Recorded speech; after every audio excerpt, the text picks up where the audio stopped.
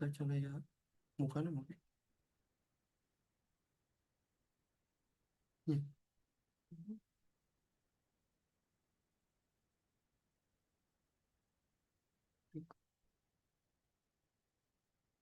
Iya.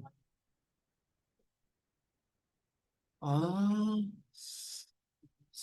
eh, mau pikir gimana kamu? Jadi, Assalamualaikum warahmatullahi wabarakatuh. Selamat siang, Ibu dosen dan teman-teman sekalian. Perkenalkan nama saya dari Ajila Putra dan teman saya. Taufik Ramdan dari kelompok satu.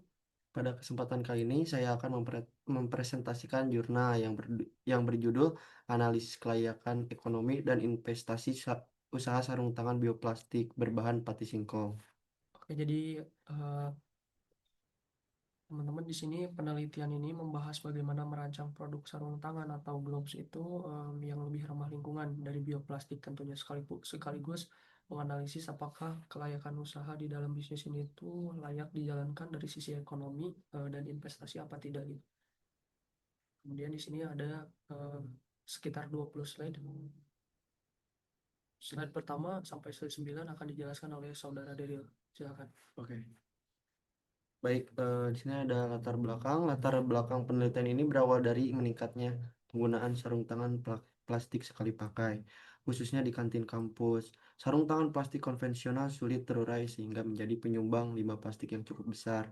Selain itu, ukuran sarung tangan yang hanya satu ukuran atau one size fit all seringkali tidak sesuai dengan ukuran tangan pengguna sehingga mudah robek dan akhirnya dibuang sebelum digunakan secara maksimal.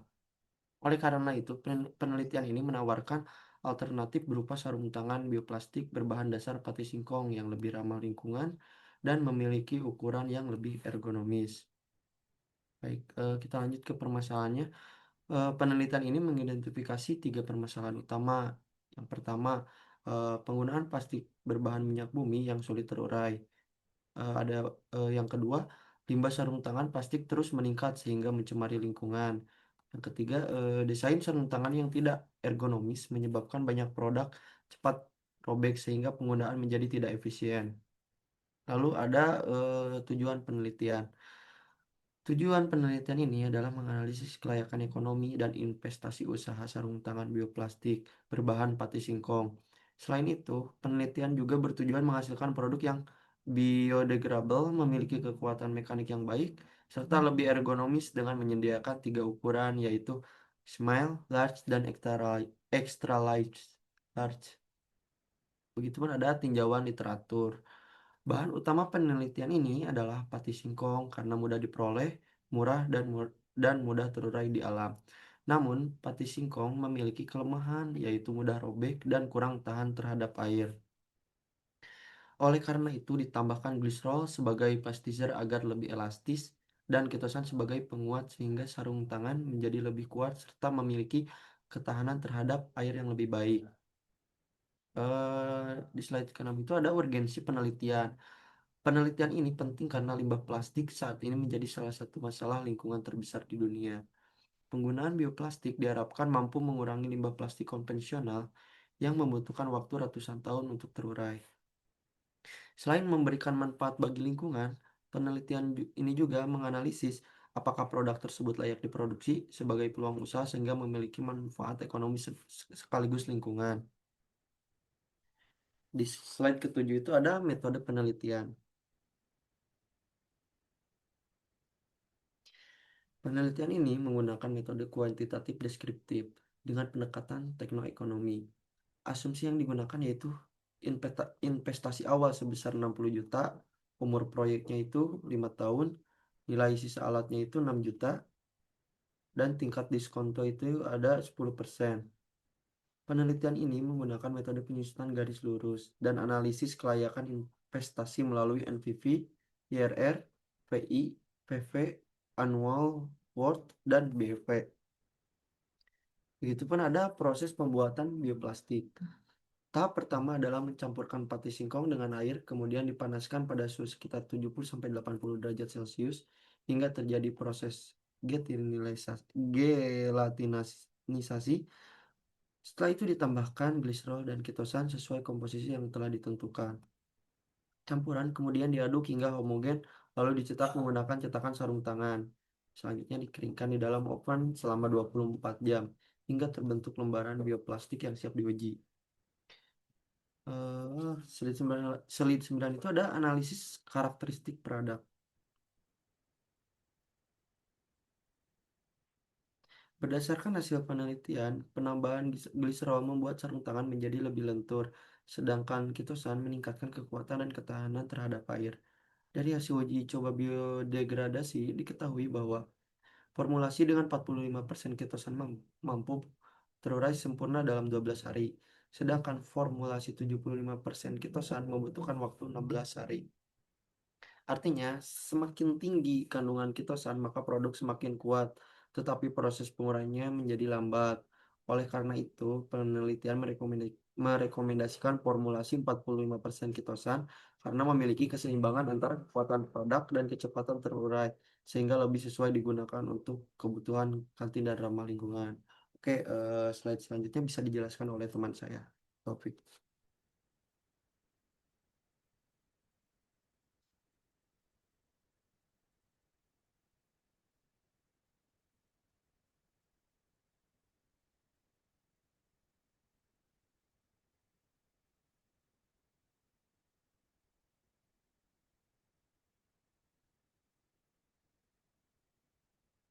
Oke, jadi di slide 10 ini ada terkait urgensi penelitian juga. Nah, jadi di dalam penelitian ini tuh kan menggunakan tiga bahan utama yaitu pati singkong, kemudian ditambahkan beberapa bahan kimia, gliserol dan kitosan. Namun bahan kimia ini tuh sangatlah efektif, tidak terlalu memiliki banyak efek terhadap kesehatan, kesehatan entah itu kesehatan manusia di dalam kesehatan kulit atau misalnya kesehatan ketika bereaksi dengan makanan. Nah, jadi pas pati singkong ini itu berfungsi sebagai bahan dasar bioplastik. Gliserol itu berfungsi meningkatkan kelenturan sehingga sarung tangan tidak mudah retak. Karena di sini biasanya ketika dilakukan beberapa uji coba, apa namanya, dalam proses pembuatan bioplastik ini biasanya kalau misalnya tidak ditambahkan gliserol, bahan dari plastik berbentuk bioplastik ini itu biasanya sangatlah mudah retak atau sangat kaku. Nah, sehingga gliserol ini berfungsi meningkatkan kelenturan dan meningkatkan sarung tangan sehingga tidak mudah retak. Sedangkan kitosan juga berfungsi meningkatkan kekuatan serta ketahanan terhadap air. Hasil penelitian itu di sini menunjukkan bahwa formulasi dengan kandungan kitosan sekitar 45% mampu terurai sempurna dalam waktu 12 hari. Jadi 12 hari ketika bioplastik itu sudah dibuang, maka di dalam tanah itu akan terurai selama 12 hari. Sedangkan formulasi 75% baru terurai dalam 16 hari. Jadi dapat disimpulkan bahwa semakin tinggi kandungan ketosan, maka sarung tangan itu semakin kuat, tetapi proses penguraiannya itu menjadi lebih lambat. Kemudian di sini dijelaskan bahwa eh, metode yang ada di dalam penelitian kami ini yaitu metode dengan desain penelitian dan asumsi finansial. Jadi di dalam penelitian ini itu menggunakan desain kuantitatif bukan kualitatif, yakni yang berbasis pada pemodelan teknoekonomi yang dimana asumsi dan parameter finansial terkait yang digunakan dalam penelitian ini itu ada beberapa horizon perencanaan ditargetkan selama 5 tahun berjalan. Jadi selang waktunya, bukan selang waktu, waktunya itu 1 hingga 5 tahun. Investasi awal alat ini tuh inolnya dialokasikan sebesar 60 juta pada tahun ke 0.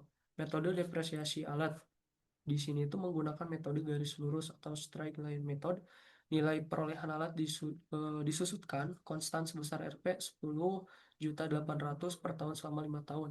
Jadi dengan menyisakan estimasi nilai sisa atau salvage value alat yang diakumulasikan pada arus kas masuk tahun kelima. Tingkat diskontonya juga atau diskon faktor ditetapkan secara konsisten sebesar 10% per tahun. Kemudian metode yang kedua itu identifikasi permasalahan dan kebutuhan pengguna. Jadi tahap awal penelitian yang kami lakukan itu melalui pengamatan lapangan pada kantin Universitas Islam Nusantara untuk mengidentifikasi jumlah penggunaan sarung tangan plastik sekali pakai dan potensi limbah yang dihasilkan itu setiap hari. Selain itu dilakukan wawancara nantinya singkat kepada pengguna dan pengelola kantin untuk memperoleh informasi mengenai kebutuhan ukuran sarung tangan ini secara nyaman, dan kenyamanan pengguna juga sangatlah ditentukan gitu loh, sangatlah diperhatikan, serta permasalahan yang sering terjadi seperti robek, tidak sesuai ukuran, dan ketahanan terhadap makanan itu, makanan berminyak maupun basah. Nah, kemudian metode ketiga ini ada persiapan bahan dan alat. Dalam bahan utama yang digunakan ini kan penelitian terdiri atas pati singkong sebagai matriks bioplastiknya. Nah, ini tuh dikombinasikan dengan gliserol dan kitosan. Metode yang keempat itu ada proses pembuatan bioplastik, yang dimana pembuatan ini dipanaskan pada suhu 70-80 sampai 80 derajat Celcius sampai diaduk hingga terjadi gelatinisasi tadi dijelaskan oleh saudara Deril. Kemudian di di slide berikutnya ada integrasi antropometri dan ergonomi. Nah, jadi pada penelitian ini diterapkan konsep ergonomi agar sarung tangan lebih nyaman digunakan. Produk dibuat itu menjadi 3 ukuran, yaitu tadi small, large, dan extra large. Sesuai dengan ukuran tangan pengguna. Dengan adanya beberapa ukuran ini, risiko sarung tangan robek karena terlalu sempit atau terlalu longgar juga dapat diminimalisasi. Penerapan sistem ini membantu mengurangi produk cacat dan meningkatkan efisiensi produksi sehingga tidak terjadinya timbunan sampah yang berganda gitu atau yang tidak perlu. Kemudian slide berikutnya ada pemodelan kelayakan investasi, yang mana pada tahap ini dilakukan analisis kelayakan ekonomi usaha menggunakan metode ekonomi teknik, yang dimana investasi awal tadi sudah dijelaskan 60 juta untuk memberi peralatan produksi secara gambaran deskriptifnya. Umum proyek direncanakan itu selama 5 tahun dengan tingkat diskon sebesar 10%. Selanjutnya, seluruh arus kas dihitung untuk mengetahui apakah usaha ini layak dijalankan. Selain selanjutnya itu ada net present value. Nah, di sini dengan rumus present value itu sama dengan kas masuk tahun pertama dibagi 1 ditambah R di sini itu tingkat suku bunga atau biaya modal, diskon rate, eh, dipangkatkan dengan tahun. Ini tuh tahun ke-1, kedua, dan seterusnya. Setelah em, present value masing-masing tahun dicari, semua dijumlahkan. Nah, jadi cara mencari present value-nya itu tadi di sini tuh sudah dijelaskan. Nah, present value.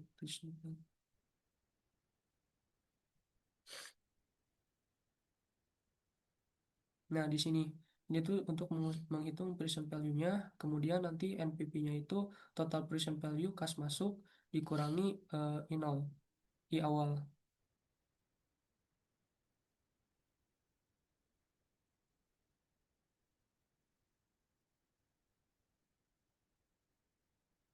Nah, sehingga net present value-nya itu total present value masuk, kas masuk dikurangi I0. Sehingga Rp 94.803.500 itu dikurangi dengan Rp 60 juta. Totalnya 34.803. Nah, jadi angka Rp 94 juta ini adalah hasil total penjumlahan sum of present value, contoh simulasi asumsi angka untuk memudahkan logika dari mana angka Rp 94 juta ini tuh tersebut berasal. Kita bisa ngecek tabel simulasi di bawah ini dengan asumsi modal awal atau investasi adalah 65 juta dan tingkat suku bunga R sama dengan 10%. Jadi proyeksi kas masuk di sini itu em, EAT ditambah depresiasi diskon faktor 1 ditambah 0,10. Kemudian dikali dengan T, present value kas masuk, maka kas diskon 1 Rp 30 juta. Em, Kemudian ada Rp 27 juta dan 35 juta.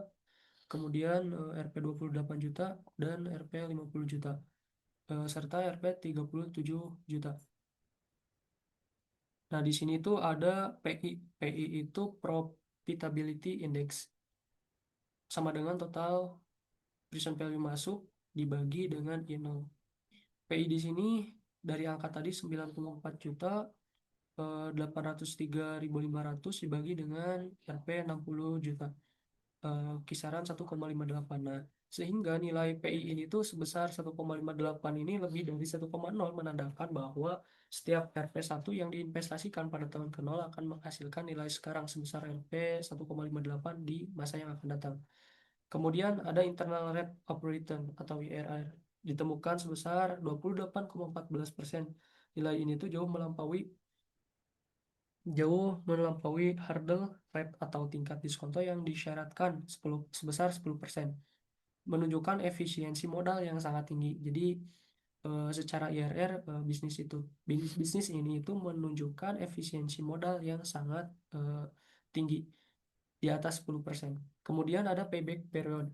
Investasi awal sebesar Rp 60 juta ini akan tertutupi sepenuhnya dalam waktu 2,67 tahun, sekitar 2 tahun 8 bulan. Ini adalah waktu pengembalian yang relatif singkat untuk industri manufaktur hijau skala percontohan atau plot plan. Jadi yang selanjutnya ada annual worth atau AW, untuk menghitung nilai tahunan yang seragam dari investasi ini selama 5 tahun. Horizon perencanaan kita itu mengonversi nilai investasi awal menjadi pengeluaran tahunan setara menggunakan faktor capital recovery. Nah, di sini ada di tabel parameter ekonomi investasi, nilai parameternya, status kelayakan, keterangan formula. Di sini investasi awal atau eh, di sini tuh nilai parameternya sebesar Rp 60 juta. Kemudian keterangan formula itu alokasi pembelian peralatan produksi. NPP di sini 34 juta, statusnya layak sama sampai ke annual worth-nya. Pemodelan skenario produksi 150 box. Jadi di sini kami itu merencanakan kisaran 150 box atau 3 tipe ukuran per boxnya itu 50 box 50 box, yang mana di tiap 50 box itu yang pertama ada small, large, dan extra large, terbagi menjadi 3 bagian. Kemudian struktur biaya bahan baku dan pendukung per siklus 150 box. Di sini komponen bahan atau biayanya. Kemudian ada estimasi total biaya 150 box. Di sini ada keterangannya. Secara keseluruhan dari estimasi total biaya 150 box ini menyatakan bahwa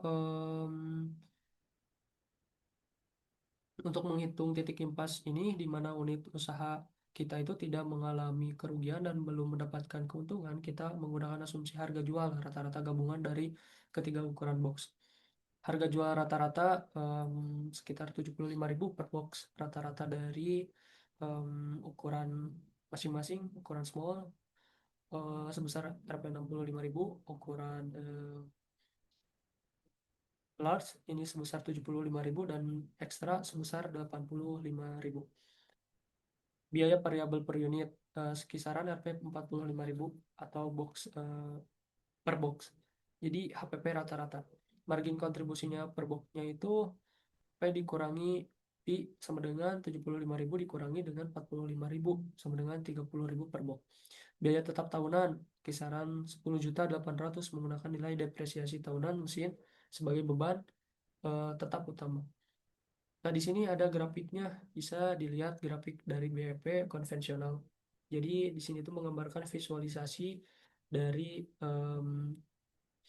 jurnal yang kami cantumkan. Di dalamnya itu terdapat kenaikan biaya tetap atau margin kontribusi dengan menghitung 10.800.000 dibagi dengan 30.000 karena ini tuh hasil dari per boxnya tadi, dari margin kontribusi. Kemudian rekomendasi manajerial dan strategi keberlanjutan usaha. Di sini tuh ada standarisasi teknologi produksi, ada mitigasi volatilitas bahan baku atau mitigasi dari perubahan bahan baku sendiri. Jadi ketersediaan pati singkong di Indonesia itu kan sangatlah melimpah ruah. kenaikan harga juga komoditas pertanian di tingkat petani itu, petani domestik dapat mengancam stabilitas biaya variabel, sehingga struktur manajemen operasional disarankan membentuk skema kemitraan rantai pasok terintegrasi dengan kelompok tani lokal guna mengunci harga beli dasar polimer alami ini. Di sini ada analisis karakteristik juga secara mekanis dan pola biodegradasi polimer. Bahwa pati singkong sendiri itu sebagai matriks polimer alami, gliserol sebagai agen pemelastis, dan kitosan sebagai agen penguat.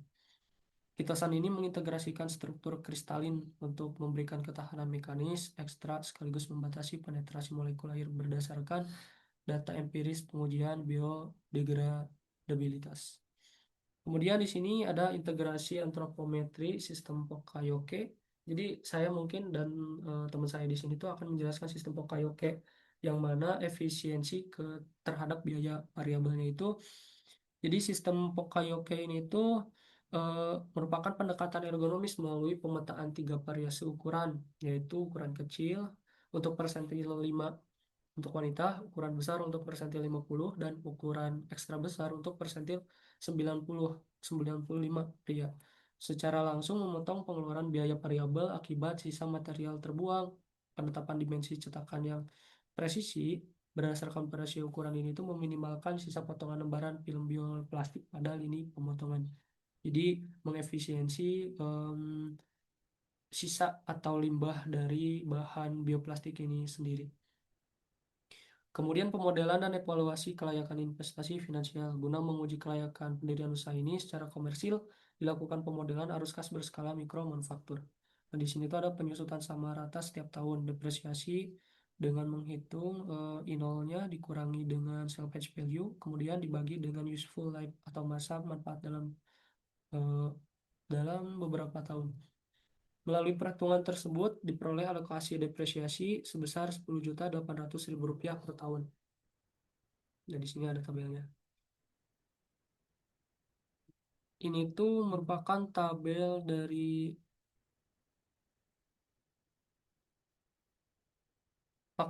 nilai faktor diskonto yang dipaparkan secara rinci.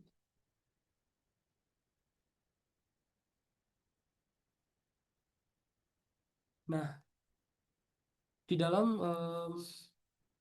beberapa perspektif ada berdasarkan perspektif dari TI sendiri, kemudian dari ekonomi dan dari keberlanjutan lingkungan. Sudah jelas berdasarkan perspektif dari TI sendiri itu alokasi nilai depresiasi alat yang konstan sebesar Rp 10.800.000 per tahun menggambarkan bahwa ini tuh lini produksi dikelola menggunakan skema perawatan terencana, pemeliharaan terjadwal, sehingga menjaga kestabilan efisiensi sistem kerja pabrik dalam menghasilkan output sarung tangan secara kontinu. Ini tuh bisa sistem kerja pabrik atau sistem kerja usaha secara manual, karena opsinya bisa sistem kerja pabrik atau bisa sistem kerja wirausaha. Perspektif ekonomi dari kacamata rekayasa keuangan juga, keberadaan nilai sisa alat pada tahun ke-5 itu mendongkrak arus kas masuk menjadi Rp 36 juta. Merupakan strategi mitigasi risiko modal yang krusial. Jadi nilai PI sendiri itu sebesar 1,58 mengindikasikan tingkat profitabilitas yang sehat bagi skala usaha mikro. Perspektif keberlanjutan lingkungannya juga sangatlah efektif secara ekologis. Total perputaran arus kasnya itu bersih senilai Rp 129 juta selama 5 tahun. Ini diperoleh dari aktivitas produksi komoditas hijau yang murni memanfaatkan potensi agrikultur lokal. Penggantian sarung tangan polimer sintetik ini dengan material berbasis pati singkong bisa berkontribusi langsung dalam mengurangi beban penumpukan sampah plastik sekali pakai, sekaligus menurunkan emisi karbon global secara masif.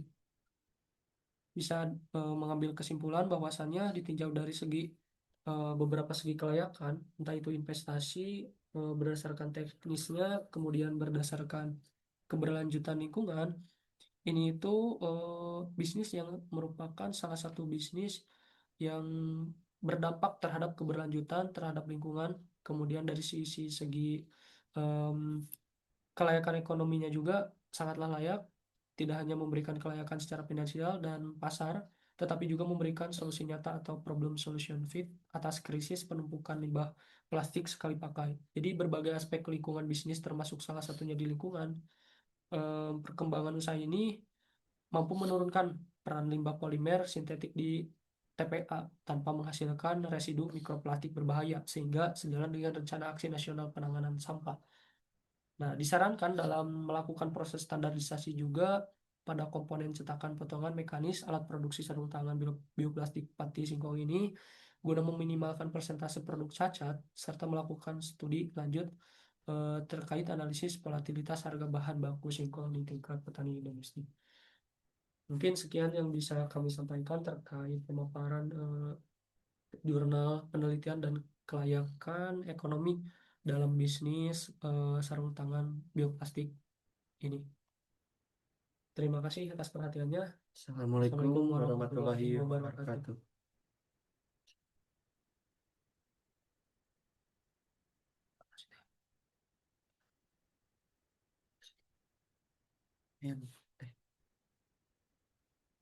Tapi di mana rekamannya Bang Diri? Masuk ke laptop, di laptop. Chandra. Asing jauh. Iya, screen recording gitu. Iya, tanggal sabar Bang Diri? 13.07. Ya, 13.07. Anjir, ya mah 12.24. 2025. Mana Bang Diri? Acan berani acan dikit. Agak. PTU aja acan mulai siang.